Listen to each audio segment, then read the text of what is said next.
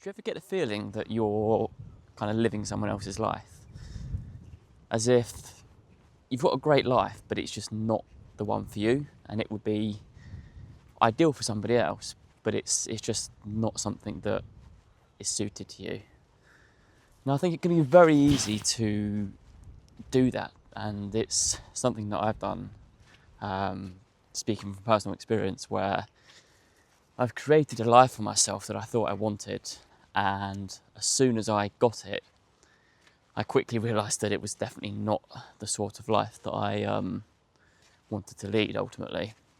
So I suppose in this video I just wanted to kind of talk about my experience with that and what you might want to do in future if you are in this situation. And I think what's really important around, I suppose, staying true to your values and really thinking about what it is that you want from your life.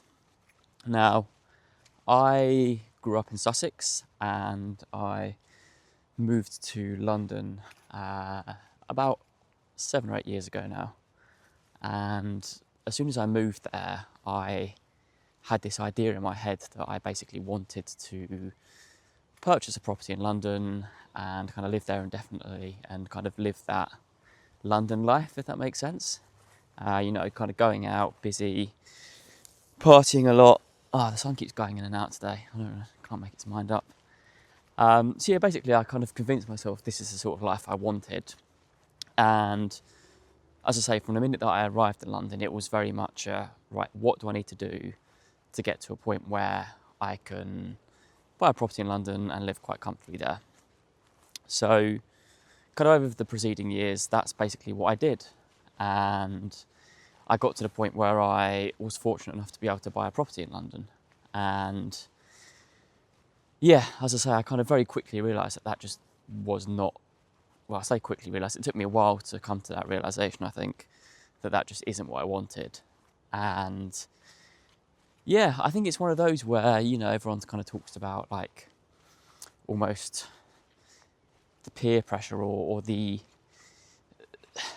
kind of wanting to live this very glamorous looking lifestyle of, as I say, living in London. I'd got to the point where I bought a flat in London. It was the kind of classic thing of when I first moved to London, I was living quite near to Battersea Park. And for anybody that knows London will know that there are a lot of high-rise buildings around that area. It's very nice flats and apartments. And basically I had the vision of wanting that and thinking that that's what I wanted. And as I say, I kind of got to the point where I had that. And yeah, as I say, kind of very quickly realised that wasn't what I wanted. So I then had this kind of weird situation where I'd achieved what I thought I wanted. And, I thought in my head that this is what would make me happy.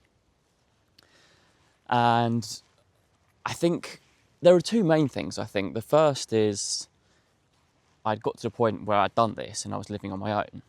And basically, what am I trying to say?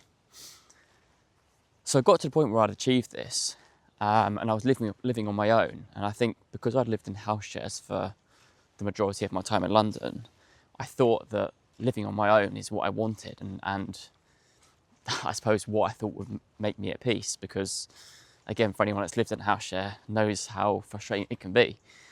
So I thought, great, if I can get to the point where I've got my own flat in London, I'll be happy. So eventually got there.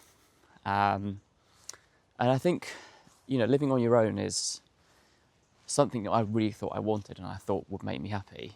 And it just doesn't, I think it's so clear to me now that connection and community is really what we need as humans.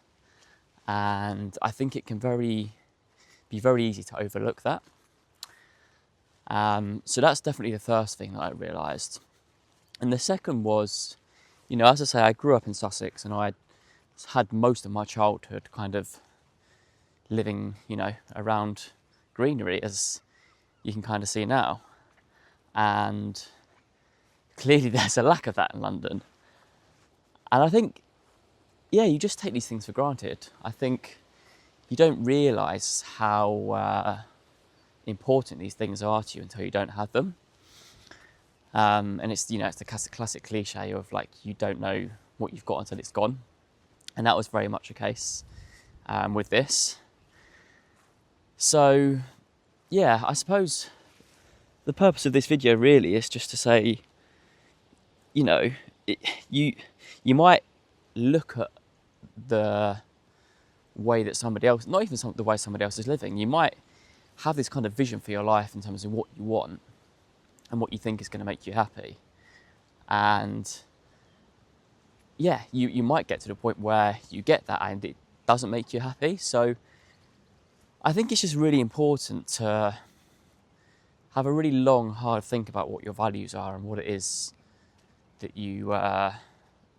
what it is that makes you happy ultimately.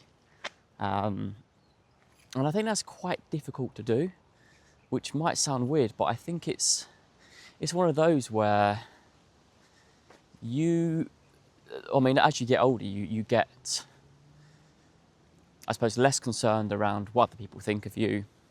And I think that in part has kind of what's led me to get to the point where I realised that I didn't want to be in London and have subsequently moved back to Sussex, because yeah, you kind of think that, if I achieve X, Y, or Z, that I'll feel successful and other people will think better of me. When in reality, nobody really cares, in the nicest possible way. So you just got to do what you feel is right for you, and not get hung up on what other people think or anything like that. So yeah, that's kind of the point of this video, really. Probably quite a short one. I've not done one of these for a very long time, so yeah, it's going to be quite difficult getting used to being back on camera again. But yeah, if you're new here, which you probably are, because I haven't got many subscribers at the moment, my name's Ben. I work as a financial advisor. So this is probably a bit of a different video to what I will normally be posting. So a lot of my content is going to be, as you may have seen from other quite longer ago videos on the channel, kind of around personal finance, but not in the kind of traditional sense of, investing or budgeting or anything like that. I will cover that, but I think for me, what is more important and what is lacking from a social media perspective on this sort of thing is the mindset around money and the psychology of it, and where your beliefs come from and that sort of thing. So yeah, that's probably what I'm going to be posting mainly. I mean, there will be other bits around things like this, around kind of self-awareness, personal development, health and fitness and that sort of thing as well. So yeah, as I say, my name's Ben. Thank you for watching, if anyone has got this far in a video. And yeah, if you think that's the sort of thing that might be of interest to you, then yeah, please do subscribe to the channel. Anyway, thanks for watching, and I'll see you next time.